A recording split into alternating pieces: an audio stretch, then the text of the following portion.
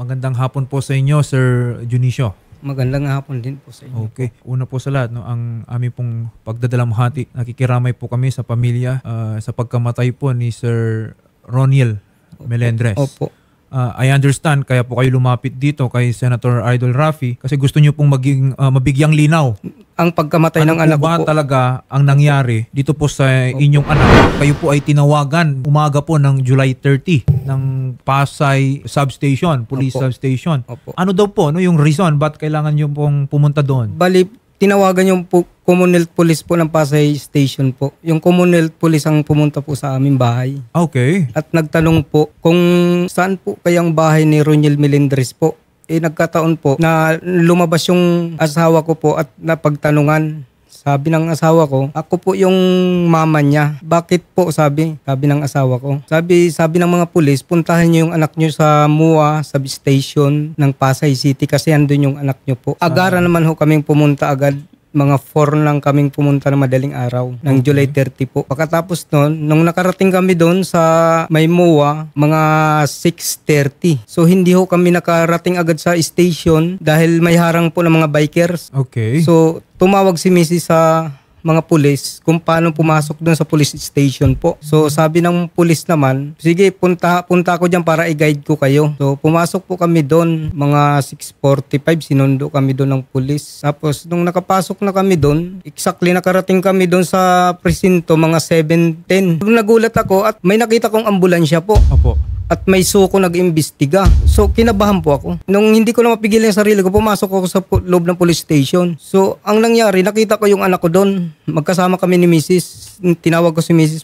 Pumasok din si Mrs. Ang nangyari, nung nakita ko, nakagulanta na sa labas ng CR yung anak ko. May 2 dugo na nag-umpukan doon at naligo siya ng sarili niyang dugo. Okay. Tapos nung hinawakan ko yung anak ko, may butas dito.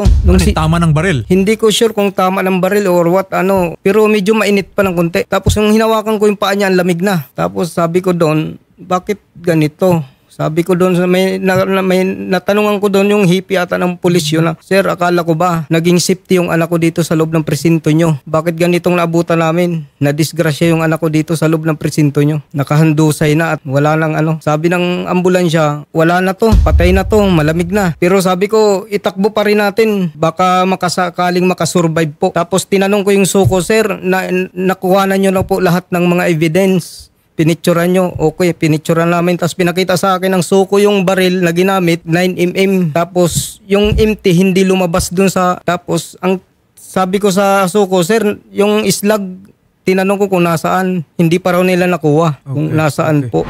Magandang hapon po sa inyo, Major. Yes, sir. Magandang hapon, sir. Sir, gusto lang po sana naming manghingi po sa inyo ng update, no? Patungkol sa investigasyon sa pagkamatay po ni Sir Roniel Melendres, doon po mismo sa ating police station. Yes, sir. Sir, ano po yung nangyari doon? Ang kwento po dyan, sir, is nasita po ng gwardiya itong si Mr. Melendres doon sa may breakwater. Mga more or less po, 2:00 na madaling araw. Doon sa may breakwater po, may mulot siya. Okay. Pagkatapos po, dinala po si Mr. Melendres sa kanilang Customer Relation Office, sa Security Office po Yes, ng po. MOA. Pagkatapos po, matapos po nilang may interview siya, tinanong siya kung anong ginagawa niya doon, restricted area po yun. Okay, yes po. O ngayon, ang sabi daw niya, may family problem daw siya at depressed siya. Okay. Yun po ang pagkakasabi po ng security guard na nakuhanan namin ng statement, sir. Okay. So may pinagdaraanan itong si Sir Roniel. Yes, sir. Kaya po, mga past 5 na po ata yun, nung dinala sa presinto ng MOA po, siya si Mr. Melendres. Ang purpose po nila is matawagan po yung kanyang mga magulang para ipasundo po doon, sir. Opo. Si Mr. Melendres po ay hindi po inarestiyan ng pulis, kundi nandun lang siya nakita sa restricted area ng breakwater sa may Molopecia. Kaya po siya inirefer ng security sa presinto ng MOA po. Okay. Tapos pinapasundon na ninyo sa magulang. Opo, ang nangyari po doon, sir, yung mga duty po doon ay kinontak po itong magulang po na nandun po nga si Mr. Melendres. Ang nakontak po ata nila yung mga magulang, yung tatay at saka yung nanay. Opo. So, Tamang-tama naman po ngayon, sir. Umabot na sir ng umaga, mga mag-aalas 7 na po. Habang hinihintay po yung magulang. Tamang-tama naman po, sir. May mga bikers po dyan sa harap ng presinto. Kaya hindi sila makapasok. Ito naman pong si Patrolwoman Sambat, yung incoming po duty na police woman, ay dala-dala niya po ang kanyang sling bag at saka baril niya. Okay. At inilagay niya doon sa cabinet niya, sa loob ng cabinet po niya, yung kanyang sling bag na nandun ang baril niya.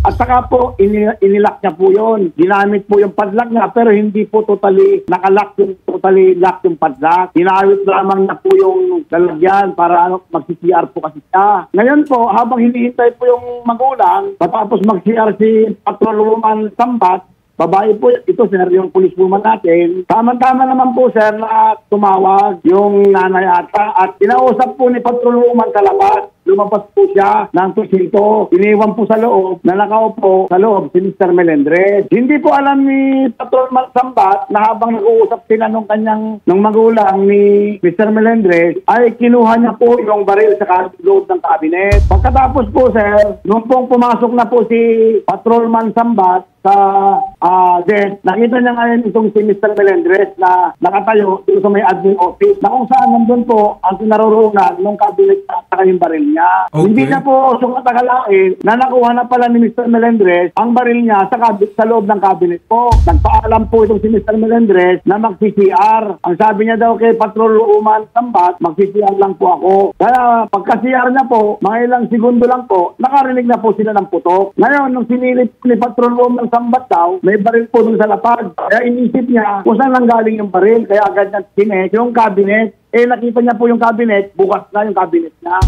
At wala na doon yung baril niya.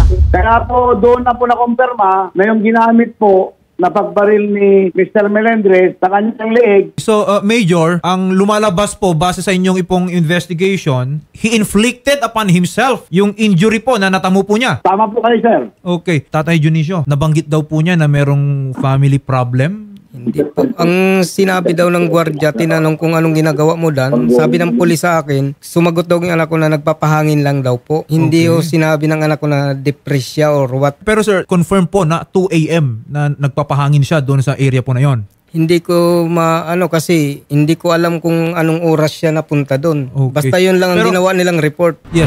Major, did we conduct or ito po bang ating SOCO meron ng investigation na ginawa po dito kay Sir Roniel Melendres? Opo sir, nag-trajectory po sila para po malaman kung ano po yung direksyon ng tama sa liig. Bumalandra po yung tingga. Actually yung pong tingga, hindi po nila nahanap kasi bumalandra po sa may ceiling po ng CR. Ngayon po, si Mr. Melendres po ay nadala po yan. Dala pa po nila sa ospital at hindi naman po yan agad silang namatay. Few days pa po bago sila bawian ng hinga po. Sir, dinala po ng pulis po yan at saka yung ambulance po ng MOA. Papunta po ng San Juan de Dios Hospital po, sir. Yung SOCO naman po, sir, nang dumating, subsequent arrival po nila yon at nandun na po kami, sir, noon. Mag-imbestiga na po yung SOCO pero wala po nakuha, sir, na tingga. Kaya ang ginawa po ng ating chief of police, sir, dyan, para maimbestigahan po, nirelieve po nila yung chief ng commander. Tapos yung mga police po na duty po, nasa holding center na po ngayon sila. Tapos dinisarmahan po sila. Tapos po, dahil po baril po ni Patrolwoman Sambat po, yung sinasabi sir na ginamit ni Mr. Melendres, kaya po siya ay pinaparapintas sa amin noon dahil bilang chief investigation, yes, yung kanyang sinasabi noon ay hindi kami naniniwala. Siyempre, wala pa po kami na-interview lahat noon po. Ang result naman po ng parapin test ay negative po. Wala pong gunpowder residue sa kanyang kamay. Which means na hindi itong si Patrolman Sambat yung nagpaputok ng baril. Tama po kayo, sir. Oo. Pero pinarafin test din po ba natin itong si Roniel Melendres para to confirm din if siya nga yung nagpaputok po ng baril na yan? Actually, sir, ang pagkakaalam ko dyan, sir, wala po nangyaring parapin dyan, sir, dahil parang hindi naman po magandang tingnan, sir, na yung tao po, sir, is between life and death, saka po paparapin, sir. Okay. Nasa ICU po yan, sir, hanggang pong pinawian po, sir, kaya po hindi po inirecommend ng SOCO, sir, na ipaparapin po siya, sir, baka yung pa po ang mag-cause, sir, ng kamatayan, agarang kamatayan niya po, sir. Okay. Pero Major, doon po ba sa loob ng ating station, wala po ba tayong CCTV? Meron pong CCTV doon, sir, pero Wala pong recording sir doon. Talagang yung actual viewing lamang po yun. Pagka makita mo ngayon, yun na lamang po. Wala pong isang record. Hindi po siya nagre-record sir. Ganun po ba talaga yung mga CCTV? Talagang live lang, kumbaga? Hindi ko po alam po doon sir sa PCP commander po nila sir kung bakit ganun po sir. Okay. Na hindi po nagre-record sir. Yung ballistic, yung trajectory test po na kinandak po ng, I don't know, if SOCO or ng ating kapulisan, ito po ba ay consistent din, Major, dun sa self-inflicted na injury ni Sir Roniel Melendres? Masi po doon sir sa, ako sir, bilang pong investigador po ako ng 18 years sir at naging head sir dyan. Consistent naman po yung kanyang pinispuan sir doon sa loob ng CR sir, na tumama sir sa pintuan sir, na nag-recuse po doon sir sa ceiling sir ng CR sir. Meron na po ba tayong written report po from SOCO? Meron po written report po ang SOCO sir dyan sir, meron po sir. And consistent Actually, din po ba yung finding ng ating SOCO? Yung actually sir, hindi ko pa po nababasa sir, yung pong report po nila sir, pero meron na po sir yun sir. Actually sir, yung investigation report po namin sir, anytime sir matatapos sir, baka bukas sir matatapos yan po sir. Major, kasi lumapit lang naman po dito si Sir Junicio because gusto niyang malaman, no, maliwanagan dun sa totoong nangyari daw dito sa kanya pong anak na si Sir Roniel Melendres. Right now, we've heard, no, yung resulta po ng inyong investigation, and I understand kung may mga katanungan po si Sir Junicio doon sa pagkamatay ng kanyang anak. Pero ganun pa man, we will wait for the official written investigation report coming po from your office as well as yung ginawang investigation po ng SOCO. Kailan po kaya natin matatanggap yon, Major? Baka this week sir, matatapos ko po sir. I'll let you know sir, agad sir. Sir, kailan niyo po huling nakita si Sir Roniel? Nung 29 po. So the night before, mangyari po ito? Oh, kasi bumiyahe ako ng taxi po noon, umuwi ako Sir, madaling. Kamusta po si Sir Roniel nung gabi po na huli niyo siyang nakita? Okay naman siya, kumakain siya sa kwarto at nagsiselfon siya. Usual po na mga ganong oras, nasa labas po itong si Sir Roniel? Hindi po. Nung time lang na yun. Kasi lagi siya nagsiselfie, mahilig siya magselfie sa cellphone. Ganun. Picture, tas mahilig siya mamasyal, tas picture sa mga view, ganun. Alright. Tapos umiiyak yung policewoman doon sa labas, sumahagulgul ng iyak. Tapos tinanong ko yung policewoman, ano pong nangyari? Tapos tinanong ko, ano mo ba si Roniel, ba't umiiyak ka? Opo. Asan po yung mga, let's just say, cellphone ni Roniel? Nandito sa akin. Hawak po ninyo? Opo. Nakita nyo po ba? Makikita nyo po ba dyan yung mga last conversations po niya? Yung wallet niya, wala na rin po. Okay. Yung mga valid ID niya, wala doon. Hinanap namin sa bag. If kakailanganin to conduct re-investigation or someone independent to conduct re-investigation, depende na po sa pamilya later on, then we can assist you for that. No? I-verify natin yan sa NCRPO. And then I will ask my regional director to return call sa inyo para malaman kung ano talaga ang nangyari dito. Pa-imbestigahan natin kaagad yan. Yes po, opo. General, alamin ko po. Muli po, maraming salamat po sa inyo and thank you for your time. The Chief of PNP, General Nicolas Torre III. Maraming salamat din po, sir. Habang minomonitor po natin yung pag-release po ng official report from Pasay PNP, kami po ay mag-a-update din sa inyo from time to time, and as well po kapag nailibing na po itong si Roniel Melendres, kami po ay magtutungo sa inyo at sasamahan po kayo mismo dito sa tanggapan po ni General Nicolas Torre III. Maraming salamat po.